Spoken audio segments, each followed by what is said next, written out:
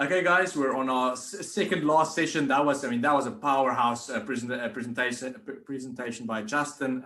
Super cool to just see how they've built from scratch over the years and managed an exit. And great to see how, a Benchmark International is also a partner of Outsource CFO that we work with regularly. Great to see the guys doing such good work on an exit like this. We're really proud to see that. So I'll now pull up the Outsource CFO team. We've asked a couple of our professionals and partners from the OCFO side to talk about just kind of like what the process of preparing for a fundraise looks like, and what does it mean to actually be, funding ready or investment ready as an entrepreneurial company.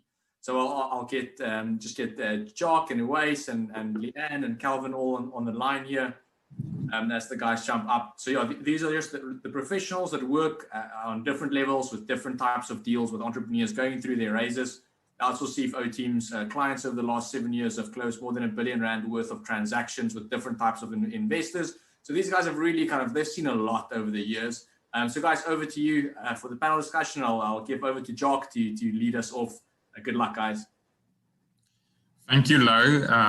Thanks for that. Thanks for that, and welcome everyone. Uwais, you're going to take us and facilitate us through this session. So as head of advisory, excited for this session. Perfect. Thanks, Jock. I don't think we're going to be able to speak as fast as Justin, but we'll try and get through as much as we can. So hello everyone, welcome to Are You Finance Ready? I'm the head of advisory services and Outsource CFO, and we've got an experienced panel with us today who've dealt with capital raises over the last 7 years. We've got Jacques Lagrange, a chartered accountant and director at Outsource CFO, and he focuses on streamlining functions and operations at clients. He's also been involved in fundraising for startups. We've also got Leanne Kujinga Ndlovu, our cloud practice manager, coming all the way from London. She manages client relationships, secretarial, operations management, and team management, and also, last but definitely not least, Calvin Craig, who's also a chartered accountant and one of the financial consultants at OCFO. He provides clients with CFO advisory services, and he's also been involved in many fundraising deals for our clients. So to get into the topic, some of the questions that I'm going to put to the panel that we want probably to have answered at the end are the following: is number one, do you have a scalable business or a lifestyle business? Do you have a robust financial 5-year financial forecast model to present? Do you have a financial valuation model? Do you have a pitch deck, a due diligence pack, or a data room that I mentioned before? And does your balance sheet and income statement allow for the investment that you're looking for? So we want to answer all of these questions in our discussion this afternoon. Luckily, we've got an expert panel to discuss this with. So Calvin, over to you. What do you think, what does a robust financial forecast model look like?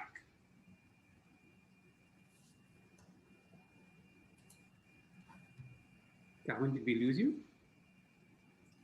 Okay, I'll get back to Calvin, and we can maybe come back later. And let's talk a little bit about that due diligence pack. They mentioned it as a data room. Yeah. What is it? You give us a little bit of a detail about it. Thanks, Uwais.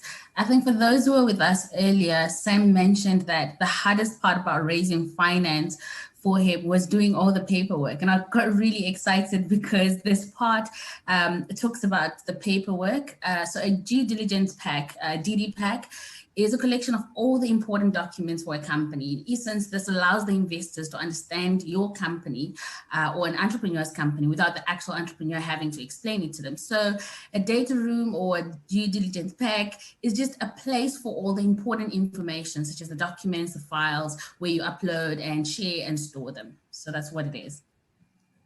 Okay. And give us a bit of a more detailed example of what's included in the pack. Okay, so what some of the compulsory or items that you would have in the pack would be the legal structure and the articles, the articles of incorporation, the MOI, all the registration documents, previous capital raises that you would have done, board of director meetings or previous actions, business plans, company financials, operational data.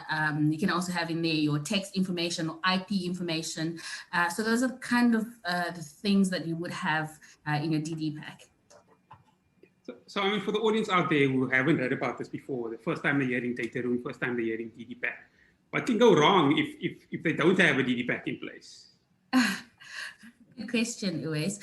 So what could go wrong if you don't have a DD pack in place is potentially having the deal to fall through because you do not have supporting documentation. So if you're not keeping a good record of your shareholder information, if you don't have a good record of your financial statements, not having these important documentation impairs your reputation because you can get so far into the process with talking to investors. Without this sufficient information, they wouldn't be able to go through with the deal. So like what Simon said previously, invest in a good lawyer or an accounting firm that assists you to be investment ready, I suppose. I mean, imagine a deal falling through because you didn't have your subsidy documentation in order. That's what, worst case, 1,000 Rand or 4,000 Rand maximum a year, and R1 million deal falls through. That's so risky. It looks like we've got Calvin back with us. So Calvin, just to switch back to you, what does a robust financial forecast model look like? Thanks, Ray. Sorry, must have been my internet connection. So yeah, thinking about a financial forecast model, it's absolutely pivotal in the fundraising process. Well, hopefully our management team has some income statements, balance sheet items, as well as cash flow statements that they're managing on a monthly basis. If not, get your accountant to set you up so that you have those things in place. But basically, a financial forecast model wants to look at an income statement, a balance sheet, and a cash flow statement over a period of 3 to 5 years in the future. So if we think about our income statement, you want your revenue drivers broken down nicely. You want your cost drivers broken down nicely on a variable basis, so that you can understand what really drives your top line items and your gross profits. And you also want to obviously understand what your overheads are of your business now and going forward, especially now that you don't have the fundraise, or when you do fundraise, how that changes as well. Very important on your balance sheet, you want to understand your working capital cycle and the effect of that on cash flow. A CapEx budget, think about what sort of capital expenditure you need to forego, or at least spend to scale. And then think about your taxes, your VAT, your provisional tax and income tax, that all affects cash flow on a monthly and biannually and yearly basis.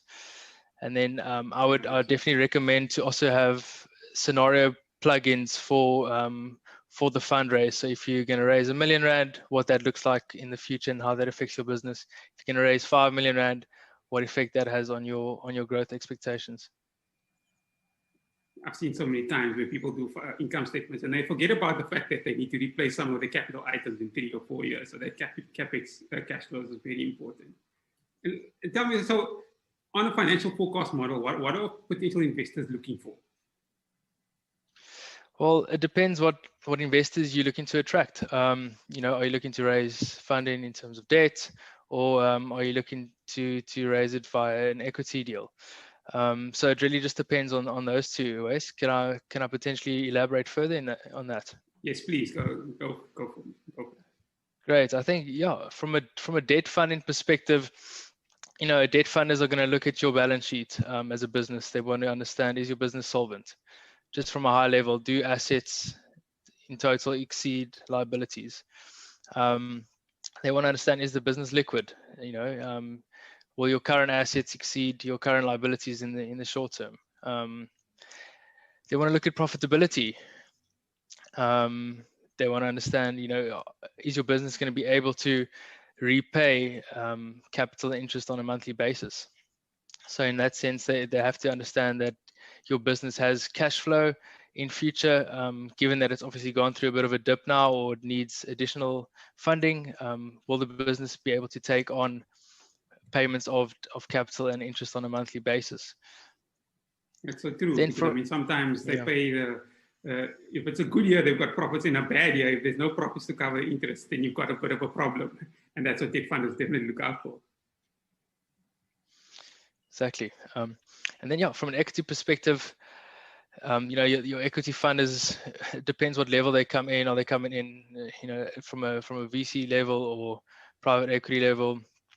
It can become a bit more technical, but ultimately they want to know that your business has products and services that are in high demand in that specific industry. What differentiates you from your competition, what makes you really stand out. And in that sense, they invest in their own money or their own firm's money, so they want to know that there's growth potential. There's obviously more risk, but more upside as well, given it can be managed well. I think a solid management team always stands out. You end up investing in people and not in a product or a service. You rely on those people to really drive the investment forward. So a solid management team always stands out like a sore thumb. And owner-run management teams also definitely gives you, I would say, an extra 5% likelihood of raising that funding.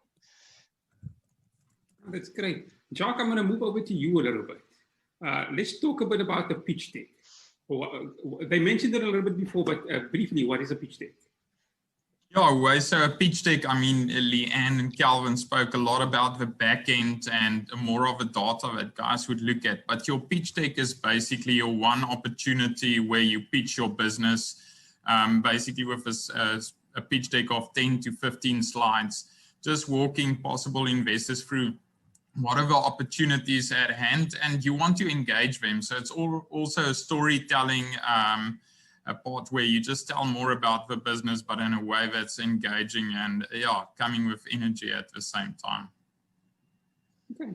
And what do you think what needs to be included in a pitch deck that would sell an investment proposition? Yeah, no, perfect. So I think earlier it was mentioned very quickly, if there's some of the 10 points, I'll list a few, some of the components of the pitch deck. So the first thing, as was mentioned, is what is the problem that your entity or your venture is solving? And then you also want to state, so what's the problem in the market? You want to give an indication, a slide of what's the market size that is experiencing that problem. And you want to show through that, is it the market size significant enough, and can a business case be built around that? Then next, you want to look at what's the product or solution to this problem that you've stated in the market, and how does it benefit the market? So you want to be clear on that. And then obviously, as was mentioned by Calvin as well, who's the team driving this? Who's the jockeys that's involved in this? Because in the end, investors invest in the team almost sometimes more than the actual business, because those are the ones that are driving it. So you want to mention in those slides, who's the key team members, what is their experience, and link that to how that experience relates to solving the problems stated, and as well what prior ventures they were involved in. Next, obviously, you want to, as part of a market, look at who's the customers and consumers of this product, who is buying this product and why would they be buying it, and how much, what is their worth, and is there momentum in the market at this stage. And that also would speak to your revenue model to an extent and how you would grow. Next is obviously then just looking at what's your go-to-market strategy, how do you reach your customers, and then especially what is the cost? Because investors would want to know, are you using an old way of getting to the market, which might not be cost effective? And then next is obviously just your bigger business model, just laying that out, how things are structured and coming together. And then competitors analysis, showing where in the market are you compared to your competitors, how are they solving the problem stated, and how far are they in that process. And after that, and also then a slide just on the financials, which Calvin has mentioned, just stating a bit of what the ROI, break even, and those type of things might be, and also stating traction that might be involved. And then in the end, you want to give an idea of where are you in the funding process, like what's the milestones that you have reached, and then at the end, what is your ask and how that is put together. So just briefly, that's like your composition of how your slide deck, pitch deck would look. So giving the investors an idea of what is the problem that you're being solved? Are you capable of solving it? Who's your team, your market, your customers, and just going through that whole part, and then at the end just stating what is your ask for this round as well. Thanks for that, Jacques. Also, it's also a good point that it has to be investor friendly, because you've got 10 or 15 minutes to impress this investor. So you have to tailor the presentation to that investor, because if the investor is not interested, you're not going to get investment and you're wasting their time. So that's something that people should also consider. I'm going to open up the floor a little bit and ask a few questions and just see if we can get a few answers. We've talked a little bit about the pitch deck, the DD pack, and the financial model. What else should an entrepreneur look out for, Leanne? Good question. Great that you picked me first. But I think an entrepreneur should also look out for what is being said on social media about their business. So what is the social image about your actual business? A lot of entrepreneurs do not have money to hire a PR firm or all of that, but just look out what's happening on social media. How is your brand being associated out there, especially when it comes to customer complaints? Calvin, thought from you? Yeah, great point, Leanne. I think stemming back from what Jacques said, if you're going to have an investment ask, especially if you want to raise equity funding, you have to understand what your business is worth, or at least a range within what your business could be worth. So I think a valuation model would be critical as part of the funding readiness program. And Jacques, any thoughts from you? I think overall to remember that a business is processes and people, and you want to look at how is it a scale? Are you building a scalable business, and are those things in line? So how's your processes looking? Do you have a right team?